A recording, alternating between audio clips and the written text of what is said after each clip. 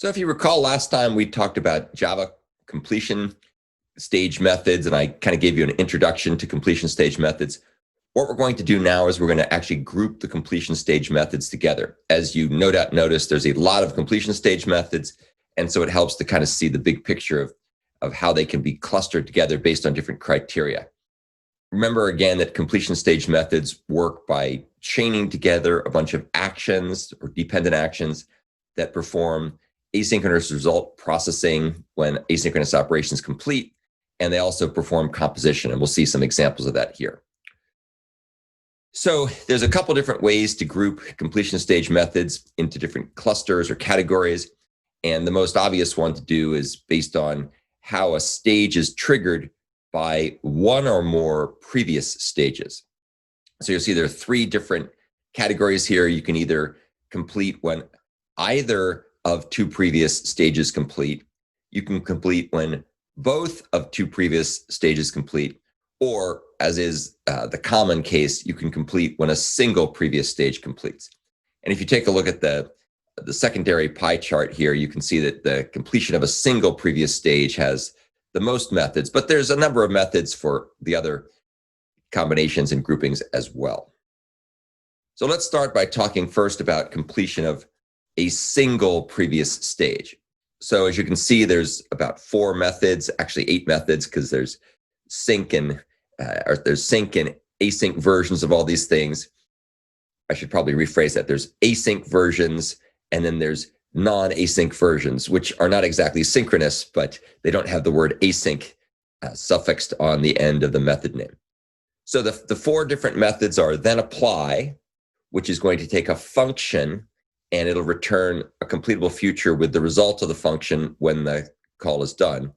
And this is used, the behavior of this is to apply the function to the result of the previous stage. So when the previous stage finishes, then the function will be called and you'll get back a completable future to the result of that function. And there's both a non-async and an async version of this. We'll talk about the difference in a second. Another method is called then compose, which looks quite a bit like then apply. It takes in a function and it returns a completable future with the function result directly, as opposed to a nested future or nested completable future. That may not make much sense at first, but we'll talk about it shortly and hopefully it'll be more clear.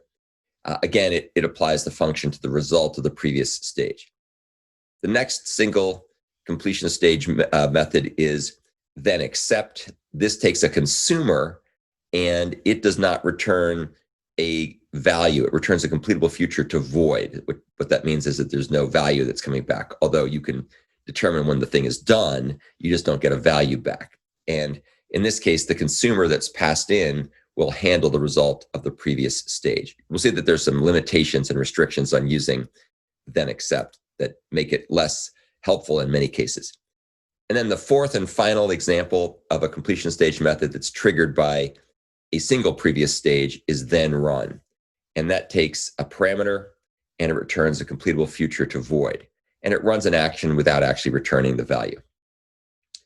Now, as you can see, some of the methods here, the ones that don't have async at the end, run the action that's passed in the invoking thread or in the same thread as the previous stage.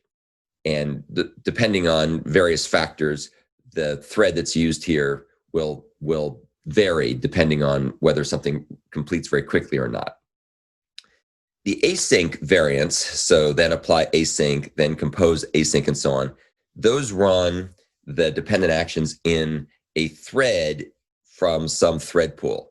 By default, of course, it's the common fork join pool, but it could be other thread pools as well. And we'll talk about why you would use async versus non-async later.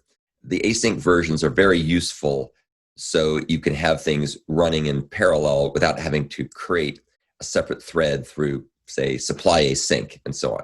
So you'll actually find for the particular examples in our programming assignment number 3, you'll actually use the async variants in a number of cases. There are then also a set of methods that will complete when both previous stages complete. So you can think of these effectively as a logical and. So that's why I talked before about you could use completion stage methods to perform composition. And there are three of these categories of methods. There's then combine, then accept both, and run after both, and the async variants therein. So the then combine method takes a by function, which means it'll have two parameters, and it'll return a completable future that contains the results of applying the by function to the previous stage. So it'll apply the by function to the results of both previous stages when both previous completable futures complete. There's then something called then accept both, which is like then accept in the sense that it returns a completable future to void. It takes a by consumer instead of a consumer, and the by consumer will handle the results of both previous stages. So again, it waits until both previous stages are done. And then there's also another variant called run after both, and that also returns a completable future to void. It takes a runnable, and it will run that particular runnable action when both previous stages complete. And then the final category, and I should also mention that there's both non-async and async versions of all these methods.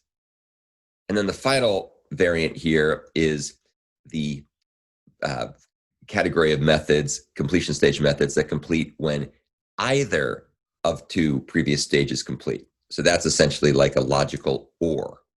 And you can see here that we have apply to either, accept either, and run after either. Apply to either takes a function, and that will return a completable future to the result of that function, and the function will be applied to either previous stage, whichever one happens to finish first. Then we have accept either, which takes a consumer, and the consumer is applied to handle the results of either previous stage, whichever one finishes first. That returns completable future to void.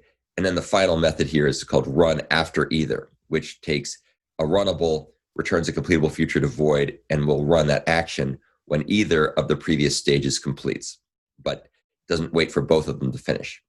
And we'll see later what happens when one of the completable futures finishes. We'll see what happens to the other completable future. In effect, its value is just ignored. It doesn't get canceled. It doesn't get shut down. It just gets ignored. So that's the end of the overview of the three different grouping categories of completion stage methods. So again, we have methods that will be triggered when one previous stage completes. We have methods that are triggered when both, or actions that are triggered when both methods, both completable futures complete. And then we also have actions that are triggered when either of two previous completion stage methods complete, or completable futures complete. So that hopefully gives you a sense of the range of different alternatives here that are provided by the completable future completion stage methods. And now, of course, what we're going to do is we're going to talk through these in more detail so you can see examples of all the different groupings.